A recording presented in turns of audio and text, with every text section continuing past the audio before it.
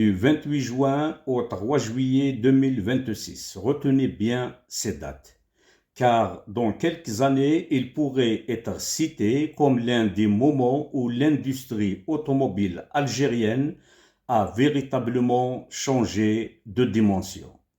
Durant 6 jours, 6 entreprises industrielles allemandes spécialisées dans l'automobile et la sous-traitance seront à Alger pour explorer les opportunités offertes par le marché algérien. Le programme est déjà établi.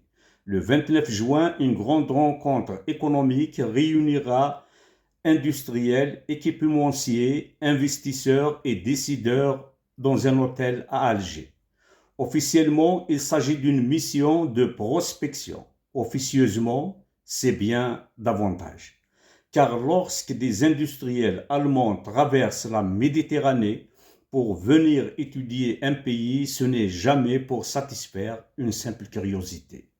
Ils viennent observer, ils viennent évaluer, ils viennent comparer, calculer et surtout décider si un territoire mérite de devenir une pièce de leur stratégie industrielle. Et aujourd'hui, ce territoire, c'est l'Algérie. Pendant des décennies, notre pays a été considéré comme un immense marché automobile.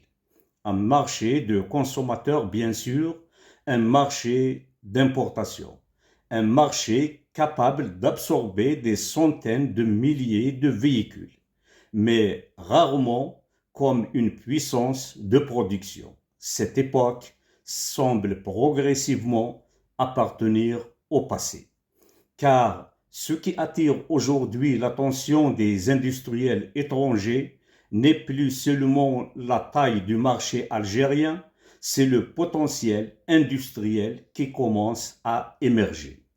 L'Algérie est en train de construire quelque chose de beaucoup plus ambitieux qu'une simple activité de montage. Elle cherche à bâtir un véritable écosystème automobile. Et la différence est immense. Assembler un véhicule est une étape. Construire un écosystème industriel est une transformation économique. Un véhicule moderne contient plusieurs milliers de composants. On le sait tous. Des câbles, des pièces métalliques, des éléments plastiques, des sièges, des systèmes électroniques, des équipements de sécurité, des capteurs, des batteries, des composants mécaniques de précision.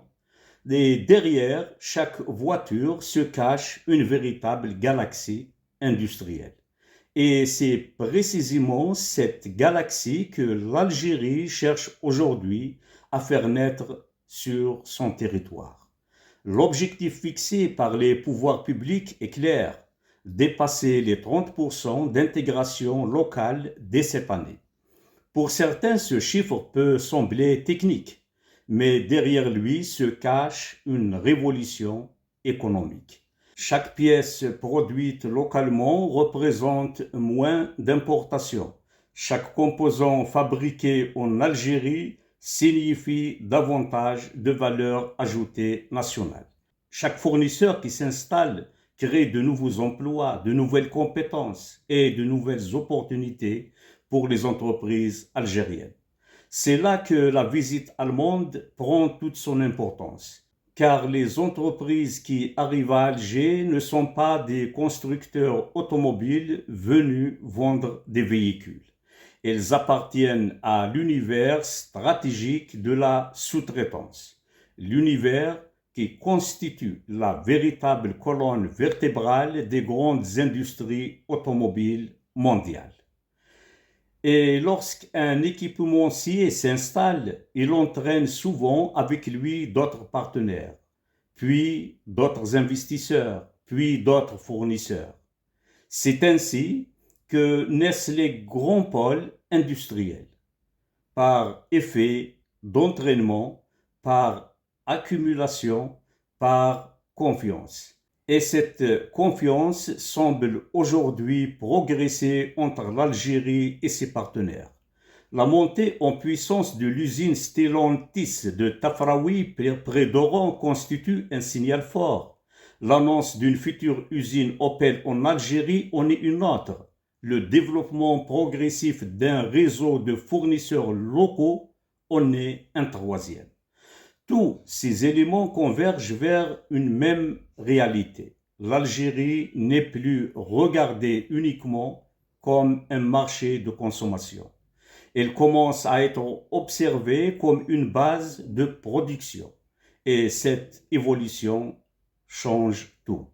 Parce qu'une industrie automobile solide ne produit pas seulement des voitures, elle produit de la richesse, elle produit de l'emploi, elle produit des compétences, elle produit de la technologie, elle produit de la souveraineté économique. L'un des enjeux majeurs de cette coopération concerne justement le transfert de savoir-faire. Dans le monde moderne, les nations les plus puissantes ne sont pas celles qui possèdent uniquement des ressources naturelles. Ce sont celles qui maîtrisent la technologie. C'est celles qui savent concevoir. C'est celles qui savent produire et c'est celles qui savent innover. Et lorsqu'une entreprise allemande partage ses méthodes de production, ses standards de qualité ou son expertise logistique, elle transmet bien plus qu'une simple technique industrielle.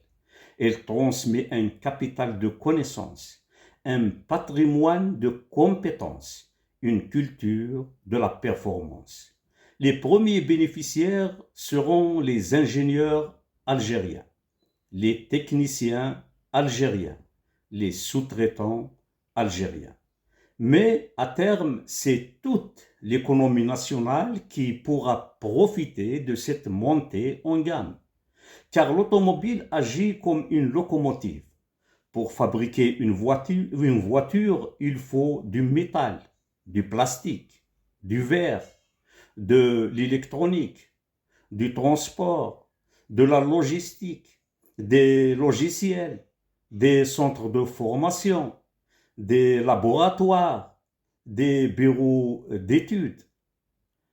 Autrement dit, lorsque l'automobile avance, des dizaines d'autres secteurs avancent avec elle. C'est ce qui explique pourquoi les grandes nations industrielles ont souvent utilisé l'automobile comme moteur de développement économique. L'Algérie semble aujourd'hui vouloir emprunter cette voie. Bien sûr, des défis demeurent. La compétitivité, la formation, la certification, l'innovation, la rapidité administrative, les infrastructures, mais aucune grande aventure industrielle ne s'est construite sans ces défis. Aucune puissance économique n'est née du confort. Toutes ont commencé par une vision, puis par des investissements, puis par des partenariats, puis par du travail. Beaucoup de travail. Et c'est précisément ce que nous observons aujourd'hui dans notre pays. Le plus fascinant dans cette histoire n'est peut-être pas la venue de 6 entreprises allemandes. Le plus fascinant, c'est ce qu'elle révèle. Cette visite révèle qu'au-delà des frontières algériennes, des acteurs industriels majeurs commencent à considérer notre pays comme un territoire d'avenir. Un territoire capable d'accueillir des chaînes de production, des sous-traitants, des investissements et demain, peut-être, des exportations vers les marchés régionaux et internationaux. Le rendez-vous du 28 juin prochain est donc bien plus qu'une visite économique.